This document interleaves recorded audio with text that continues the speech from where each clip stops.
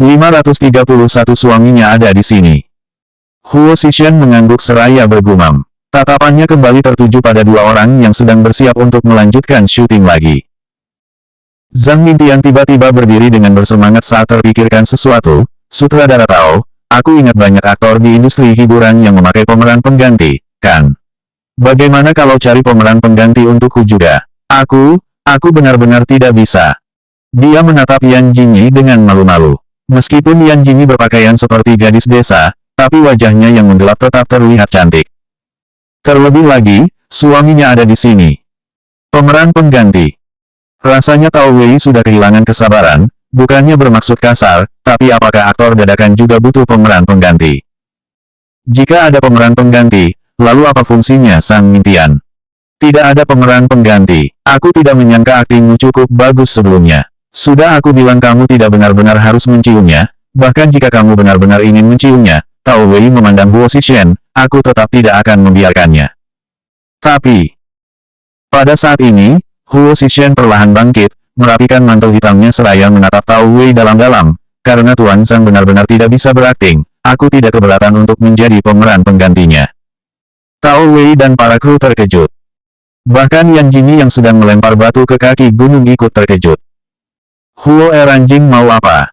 Mata Tao Wei berbinar, baiklah. Tuan Huo, Anda adalah suami Jingyi. Adegan ini lebih cocok untuk Anda. Jangan khawatir, kami hanya akan merekam bagian belakang Anda, bukan wajah Anda. Huo Zishan mengangguk, lalu meminta asisten Wen mengambilkan setelan pakaian untuk pemeran utama pria. Ketika Huo Zishan muncul kembali di hadapan banyak orang, dia sudah berganti memakai setelan biru tua pedesaan dari bahan katun. Pakaiannya agak mirip dengan yang dikenakan oleh pemuda pedesaan tahun-tahun 1970 sampai tahun 1980-an.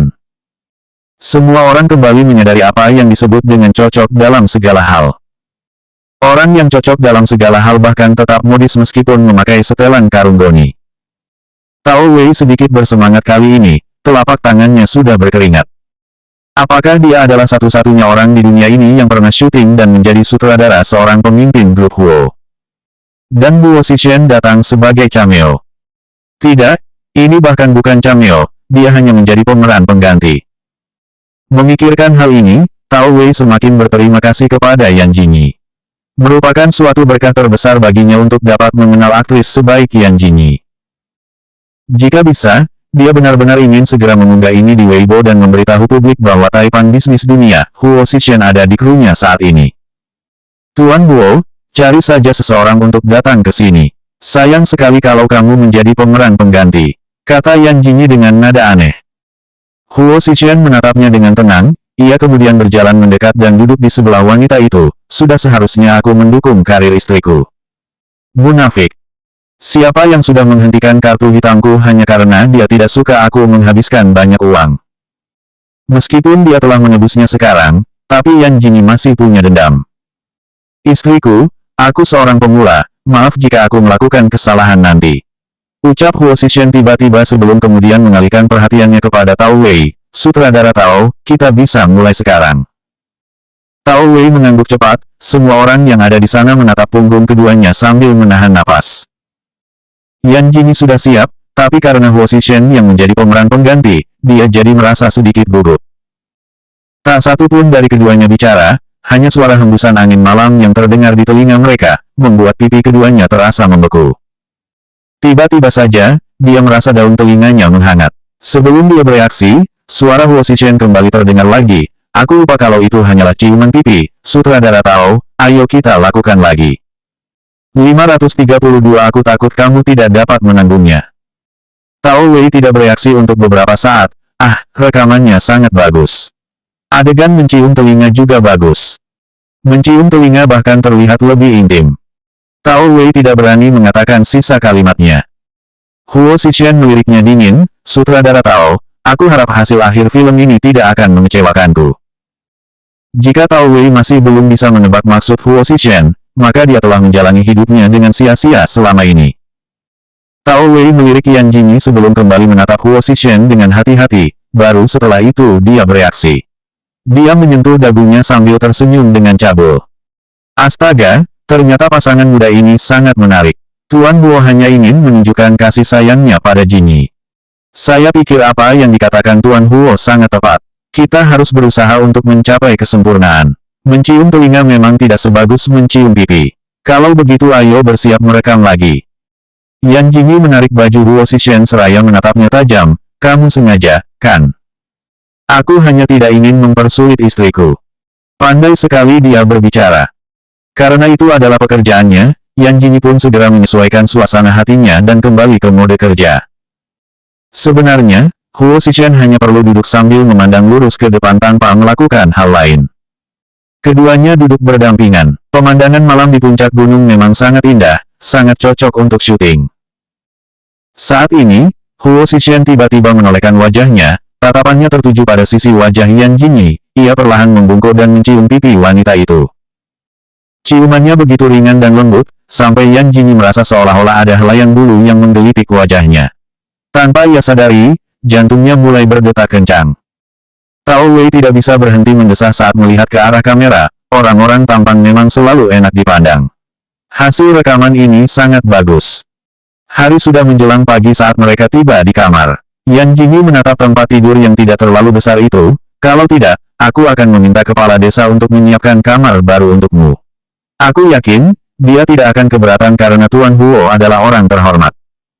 Tempat tidur ini oke, ini bagus untuk aku tiduri dengan istriku. Tuan Huo, ini rumah orang. Kita adalah tamu di sini, bukankah tidak baik kalau kita berbagi kamar? Ucap Yan Jinyi sambil mengedipkan mata pada Huo Zishan lagi, atau, apa fobia Tuan Huo terhadap wanita sudah sembuh, dan sekarang kamu mulai bernafsu. Istriku, sejak kapan kamu begitu peduli dengan pandangan orang? Yan Jinyi menjilat bibir bawahnya, ia kemudian memutar pinggangnya seraya mendekati Huo Zishan.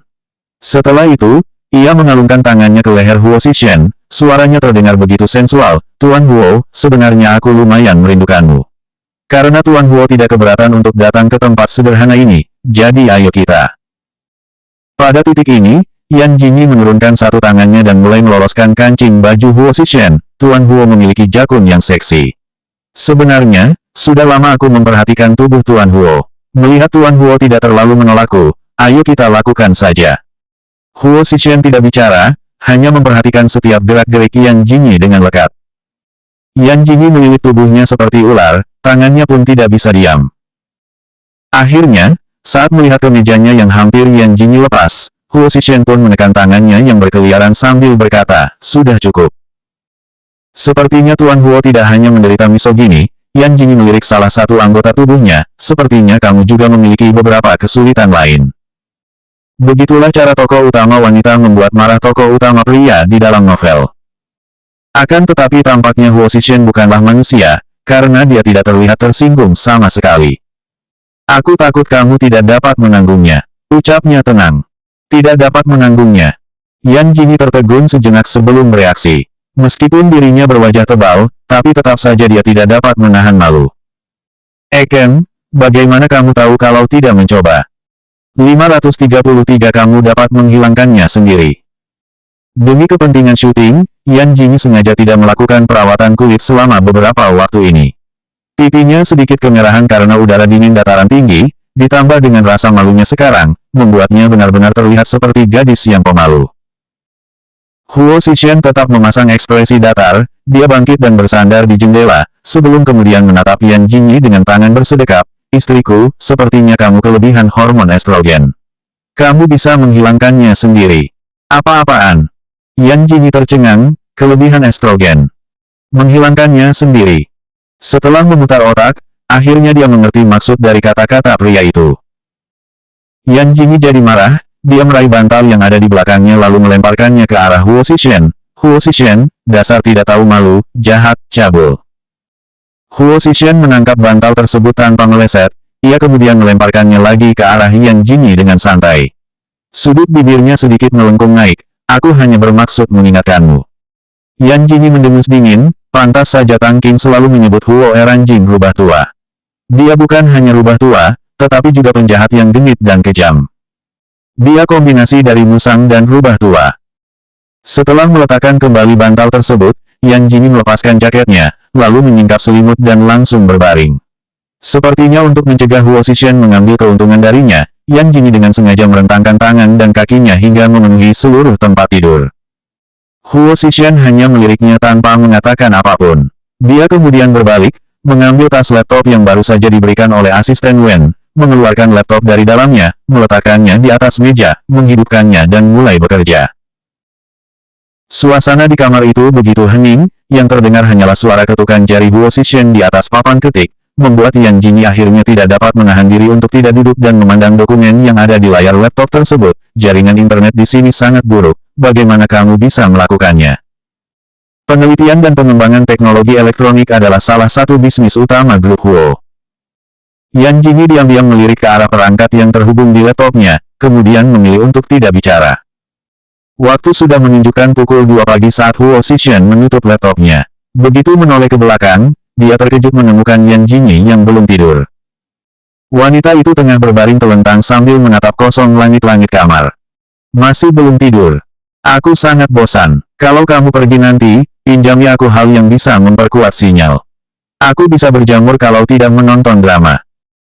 Setelah datang ke zaman modern, dia tidak memiliki hobi lain selain menonton drama pasaran dari berbagai stasiun TV nasional. Istriku, apa kamu bisa mengambil cuti syuting selama 2 hari? Tanya Huo Zishan tiba-tiba. Yan Jingyi tertegun sejenak, ia menatap wajah tampan Huo Zishan dengan mata menyipit, apa yang mau kamu lakukan? Aku ingin membawamu bermain ke suatu tempat. Bermain.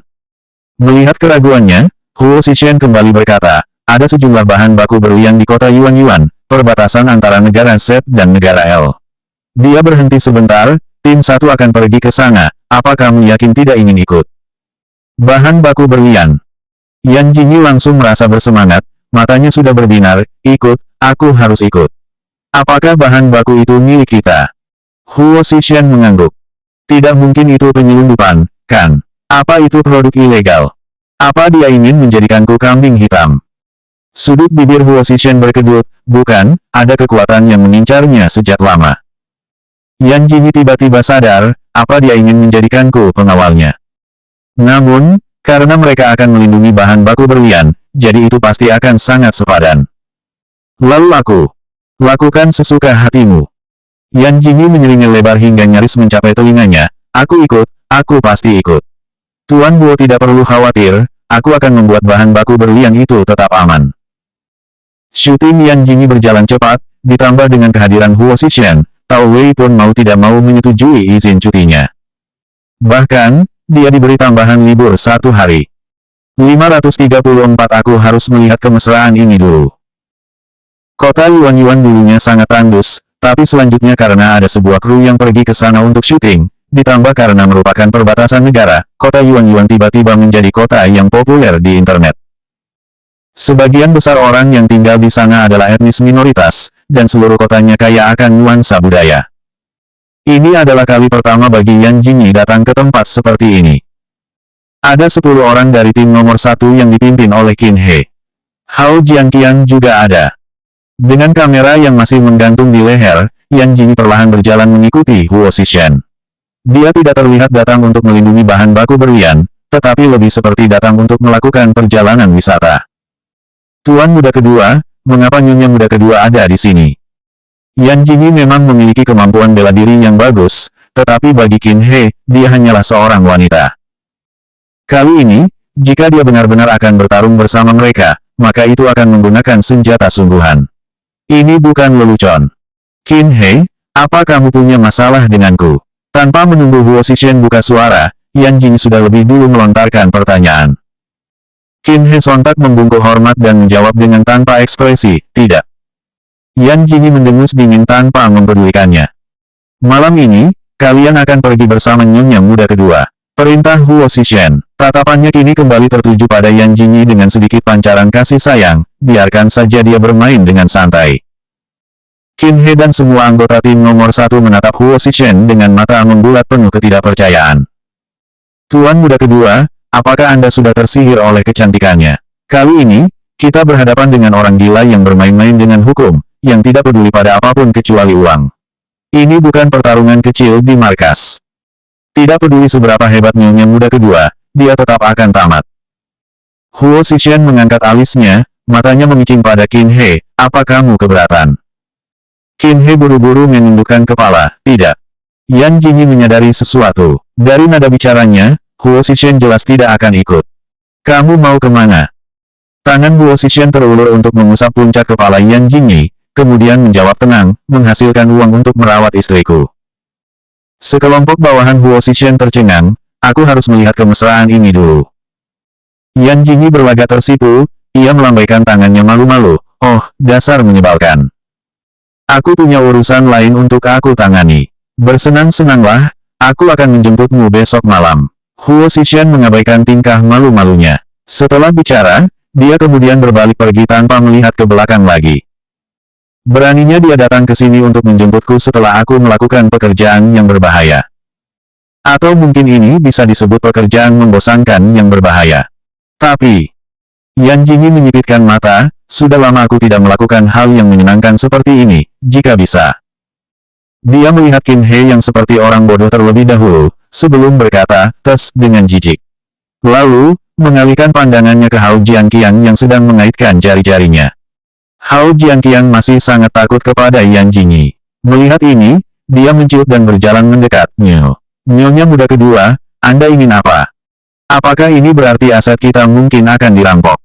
Hao Jianqiang mengangguk, iya. Lalu apa yang dilakukan pihak lain? Apa mereka juga orang yang berkuasa? Mereka salah satu keluarga yang berkuasa di negara M dan memiliki hubungan baik dengan keluarga Fu. Keduanya bekerja sama dan cukup ramah dengan kita di luar, tetapi sebenarnya mereka sering melakukan hal-hal licik. Yan Jingyi menggaruk telinganya, katakan intinya. Dia tidak tertarik dengan pertengkaran keluarga ini. Yang dia pedulikan adalah asetnya. Dari sini, ada lahan luas yang tidak dikuasai negara manapun, tapi merupakan tempat yang perlu kita lalui. Kali ini, kita berbagi lahan pertambangan dengan mereka, tapi kita beruntung karena bisa mendapatkan hasil pertambangan yang lebih banyak. Yan Jingyi mengangguk, dia paham. Lahan yang sama dengan asal berlian ditempati oleh kedua belah pihak, tetapi keluarga Huo lebih beruntung karena tanahnya menyimpan bahan baku lebih banyak. 535 Apa kamu pikir sedang berada di lokasi syuting? Tidak peduli seberapa banyak hasil tambang mereka, tapi mereka tetap memiliki aset, kan? Hao Jianqiang mengangguk keras, iya, benar. Harusnya juga banyak, tapi punya kitalah yang terbaik. Mata Yan Jingyi berkilat, bukankah tindakan perampokan itu melanggar hukum? Apakah tidak ada polisi pengawas? Nyonya muda kedua, lahan itu bukan milik negara manapun. Jika sesuatu terjadi di sana, kita hanya bisa menganggapnya nasib sial. Interpol tidak akan peduli. Yan Jingyi mengusap dagunya dengan satu tangan, kita tidak bisa menjadi begitu pengecut, kita harus mengambil inisiatif. Dia tersenyum aneh, bahkan Qin He saja tidak bisa menahan diri untuk tidak merinding melihatnya. Malam harinya, sebuah truk yang telah dimodifikasi khusus melaju pelan di jalan yang berlumpur. Dalam kegelapan malam, truk itu terlihat sangat mencolok.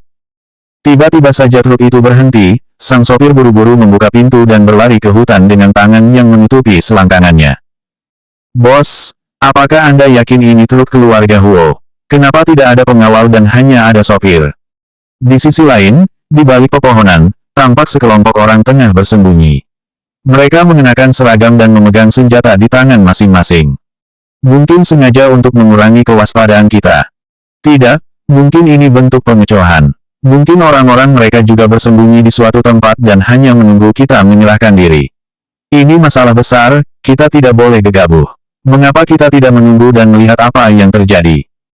Kurang dari 5 km dari mereka, Yan Jingyi mengenakan pakaian yang terlihat seperti kostum pembunuh kuno. Ia duduk di atas batu besar sambil mengunyah apel di tangannya. Di belakangnya, ada Qin He, Hao Jianqiang, dan 2 anggota tim nomor 1 lainnya. Nyonya muda kedua, kali ini keluarga Fu bekerja sama dengan Chris, keduanya bukan orang biasa. Kenapa kita tidak melupakan saja rencana ini? Salah satu anggota tim tak kuasa membujuk. Kita di sini untuk melawan orang yang akan merampok aset kita, tapi kenapa dia hanya membawa beberapa anggota saja? Dia naif atau bodoh sebenarnya? Raut wajah Yan Jingyi menggelap, dia melirik pria itu, kenapa harus dilupakan, apa kamu takut? Konyol, tentu saja takut. Siapa yang tahu berapa banyak orang yang ada di sana? Namun, Tentu saja anggota tim tidak berani menyuarakan penolakan mereka, jadi mereka hanya bisa menahan apa yang ingin mereka katakan. Ketika apel kedua Yan Jingyi hampir habis, mobil musuh akhirnya melaju perlahan. Total ada 3 mobil, mobil kedua adalah minivan. Bangku kemudi tampak berkedip-kedip, dapat dilihat jika sang sopir sedang menelpon. Setelah melempar biji apel dengan santai dan menyeka sudut bibirnya dengan punggung tangan, Yan Jingyi pun segera bangkit, bersiaplah untuk bekerja. Kalian tetaplah di sini, jika kalian melihat ada seseorang yang berani melarikan diri membawa aset-aset itu, tekan saja dia sampai mati. Setelah bicara, dia menarik syal hitam yang tergantung di lehernya, menggenggam cabang pohon setebal pergelangan tangan di bahunya, lalu melenggang keluar dengan angkuh. Di bawah cahaya redup rembulan dan angin yang berhembus kencang, ketiga mobil itu berhenti mendadak begitu melihat sesosok yang tiba-tiba muncul. Dalam sekejap, lebih dari 20 pria asing jangkung keluar dari mobil dan menyebar dengan terlatih. Sang pemimpin terlihat seperti blasteran, bahasa Mandarinnya bagus, siapa kamu? Yan Jingyi meletakkan satu tangan di pinggang sambil mendorong cabang pohon yang ia pegang ke tanah dengan tangan lainnya. Dia berkata arogan, aku penguasa jalan ini, pohon-pohon yang ada di sini semua aku yang tanam. Jika kalian ingin lewat sini, tinggalkan berlian itu. Qin He dan yang lainnya sedang bersembunyi tak jauh dari sana. Sudut bibir mereka berkedut keras. Astaga! Apakah kamu pikir sedang berada di lokasi syuting? Mereka adalah penjahat kelas kakap, gangster, bukan aktor figuran yang ada di krumu. Selanjutnya bab 536 hati-hati tinju kami tidak memiliki mata.